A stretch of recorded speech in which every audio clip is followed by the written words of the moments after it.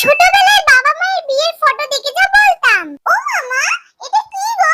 ও ও ওটা তোর বাবার আর আমার বিয়ের ও অ্যালবাম। মা, এখানে তো সবার ফটো আছে, দাদু দিদু ঠাকুমা পিসিমণি রিন্টি দাদা মামারা মামিরা। দেখি তো আমার ফটো কোথায়? ও মা, কোথাও তো আমার ফটো নেই। তুমি তোমাদের বিয়েতে আমাকে নিয়ে যাওনি। আরে শোন শোন, যখন আমাদের বিয়ে হয়েছিল তখন তো তুই অনেক ছোট ছিলিস।